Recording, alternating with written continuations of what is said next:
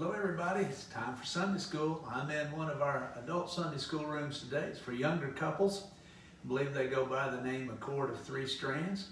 And we miss you guys. Wish this room was filled with young adults. And it's obvious it's a young adult classroom because right over here we've got the coffee pot for the adults. And we also have a set of building blocks for the kids. Kind of neat when everybody comes and does Sunday school together. We hope that you guys can come back soon. We have several things for you today. It's time to pick up new literature. This is our next to last lesson in Isaiah, and then we start Luke 1 through 9. So quarterlies are available here at the church. Pick them up, call me, ask me to deliver it, have your teacher bring it to you, whatever you need to do. We've got a whole bunch of these and we need to get them out and get them used. Also, we have our open windows for winter. It is here and it's available for pickup. And for the ladies, we have Journey, which is their devotional that they use. And we have several copies of them. This particular one is December 2020, so it is available as well. And we also have other magazines that are not being picked up that should be. Missions Mosaic has a big stack, and we have those available really for the last 3 months. So you can pick those up as well. Now, today we're looking at Isaiah chapter 58, verses 1 through 12. It's entitled, God Expects. We said at the outset that one of the neat things about this series of lessons is that it's not so much about Isaiah as it is about God. And as we wrap this up, we just need to be reminded, it's good to be reminded that we are looking at what God's expectations are and what He is doing in the world, and we need to keep that in mind. In fact, this whole section in Isaiah, it really does put out what God has done, what He has done for us, how salvation has been provided, how redemption is there. It's all the handiwork of God. And then He expects His people to act and behave in a certain way. And that's what we have in our lesson here. Now, in my Bible, I have a little heading that says this section in 58 is on true fasting. And that might sound like two different things, and in a way it is, but each Bible student, sometimes they get a little different perspective. And so when this Bible was edited, the editor said, this section's on fasting and how you do it correctly. And then our Sunday school writer says that it's on the expectation of God because He has certain values. And so you get both, and they're both right. As we look at the lesson, it's the expectation of God. The one true God is just.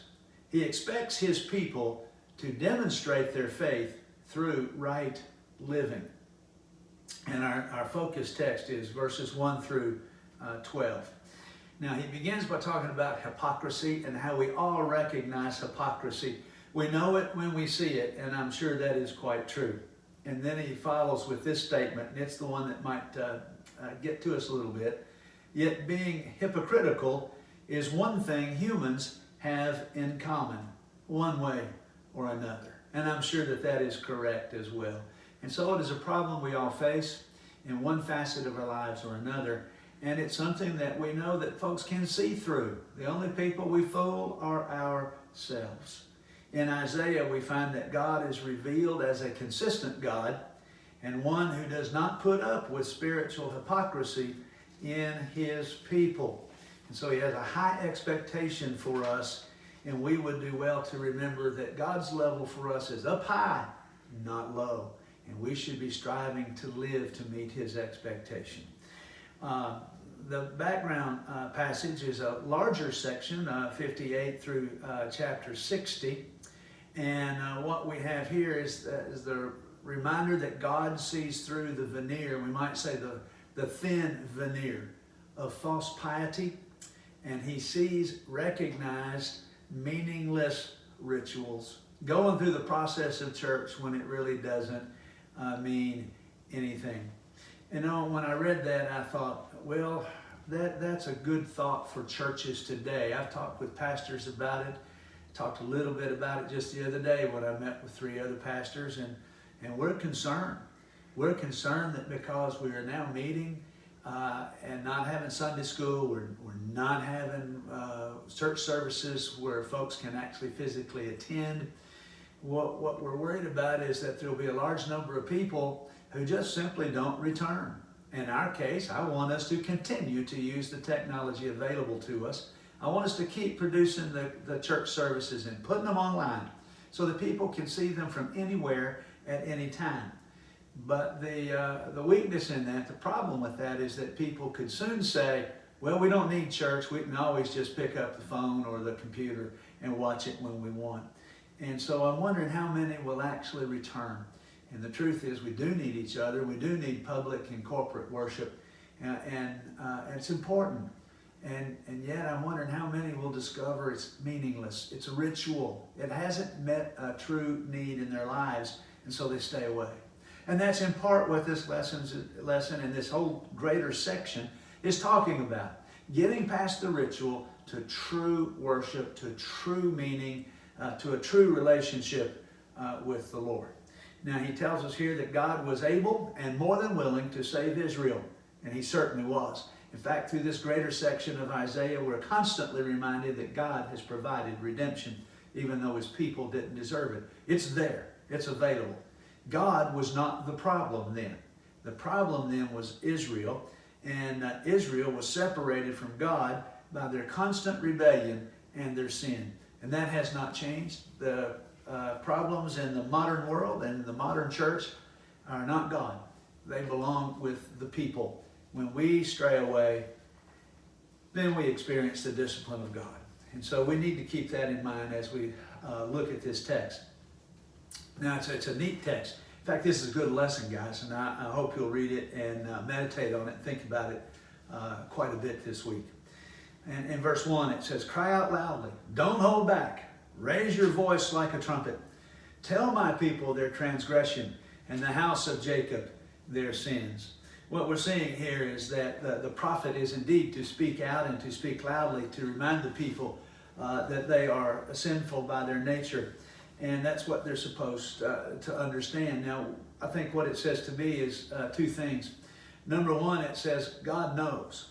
We can't hide our sin from him. We can't hide our transgressions. God already knows them, and so we need to be careful with that and understand that we don't hide anything from God. Jonah tried to run from God and even discovered that in the depths of the sea and in the belly of a whale, he was not apart from God. God knows. And the second thing it tells us is that God reveals. And he reveals to us our sin, but he also reveals to us our salvation. So God is doing a couple of things here that's pretty important for us to understand.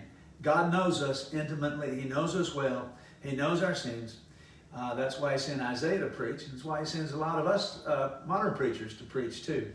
And then he does indeed reveal his knowledge and his intention. The second thing comes in the second verse. "They seek me day after day and delight to know my ways.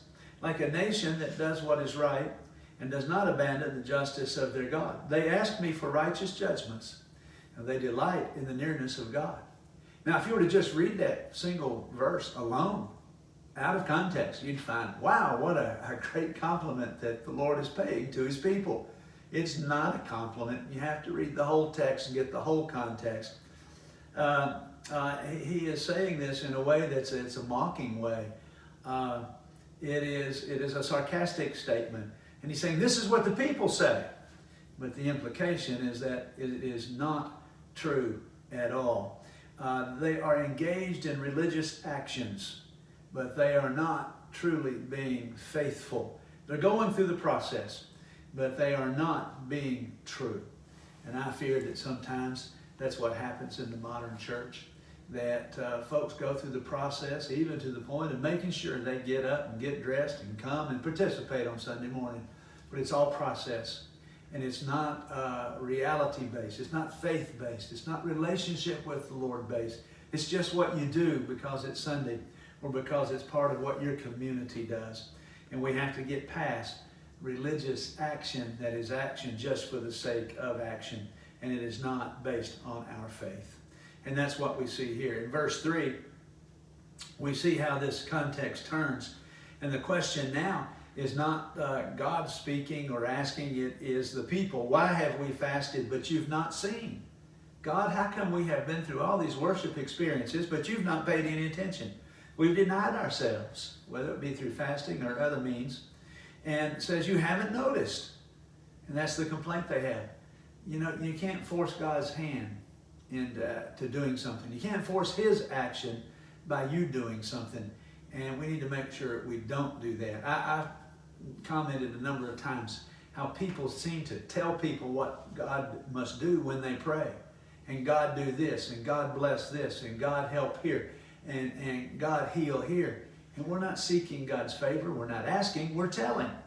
We need to be careful with that. And sometimes by our religiosity, we're not saying, here am I, God, your worthy servant. We're saying, here am I, God, now do what I say. And that's what these folks were doing. And so God responds, and he says that it doesn't work that way. Look, you do as you please on the day you fast, and then oppress all the workers. So you do one thing that's supposedly good and right, and then you do the opposite in your actions. And this whole next little bit is dealing with that. God has expectations. If you're going to deny yourself and fast, then behave in a way that a faithful person should behave. You can't say I go to church on Sunday, but then on Monday say, oh, it's just work, it's just business, it's not a big deal, it doesn't relate to Sunday. God says it does relate to Sunday. And so he is really critiquing them. And what we are seeing here is that God is very serious. He has a very high expectation on how his people are to live their lives. Our lesson writer, it says, it is impossible to be right with God and not be doing the right things. On the other hand, it is possible to be involved in the right kinds of activities and still not be right with God. And so he's telling us in a very clear way that to be right with God is to be doing things the right way. We must live our lives in a way that is compatible with our declared faith. He says in his comment on verses 3 and 4, we cannot be in any way engaged in an attempt to manipulate God. The second section in our lesson, there are three. The major one I've just covered.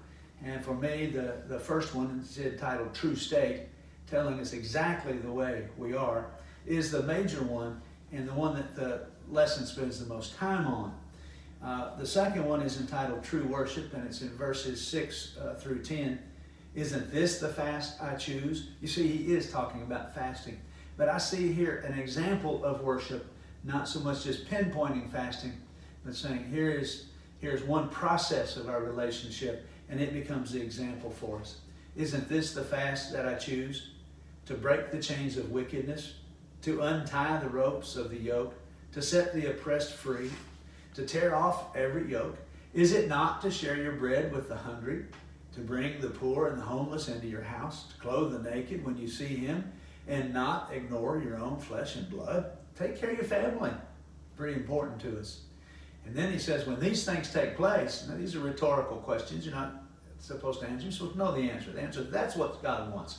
Not just fasting, but fasting with the right lifestyle. Then your light will appear like the dawn, and your recovery will come quickly. Our key doctrine is inserted at this point, and it is the Christian and social order. We should work to provide for the orphan, the needy, the abused, the aged, the helpless, and the sick. And the reference is Matthew 25, 35 and following. And we just simply can't get away from the fact that people of God who profess faith in God should also live in a certain way. Jesus reflected this when he was asked, what's the greatest commandment? You know the greatest commandment, to love the Lord your God with your heart, soul, mind, and strength. And what's the second one that goes along with it? To love others as yourself.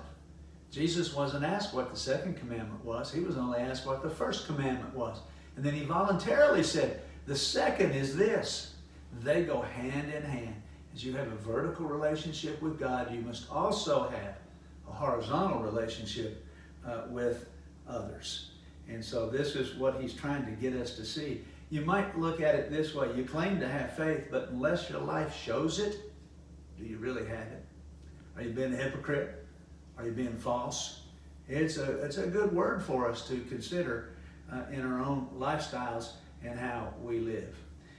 The beginning point of serving others is having a real relationship with God. To turn that around, you would say, starting with God and having a relationship with others, you would relationship with Him, you would automatically want to have a relationship with other people. The third section is entitled True Satisfaction. It's verses 11 and 12. The Lord will always lead you, satisfy you in a parched land, and strengthen your bones. You'll be like a watered garden and like a spring whose water never runs dry. The people Isaiah was writing to were anticipating a return to Jerusalem, a return to temple worship. They were going home from a Babylonian exile. That's the promise. And what Isaiah is saying, well, when you live right for God and you behave well in your society, God's promise is that satisfaction would come and there would be a return to those better days. Indeed, they would be restored and thereby glorify the Lord. And so the lesson, I think, for us today is a good cautionary word for us to examine our lives and our relationship with God, make sure it's solid and secure, and then also out of that, love others.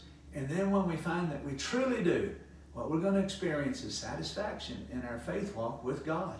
It works that way, and we need to understand that it starts with God, and then it actually ends with God as He satisfies us and fills our hearts up with the realization that we are His and we are being rewarded. We don't do it for the reward, but it comes, and we can examine our lives and make sure that we're living well for God. Well, this has been a good lesson. I encourage you to read it again and study over it. Share it with a friend. And then one more lesson in Isaiah. Pick up your new book, Luke 1 through 9, and we'll start it in December. God bless you.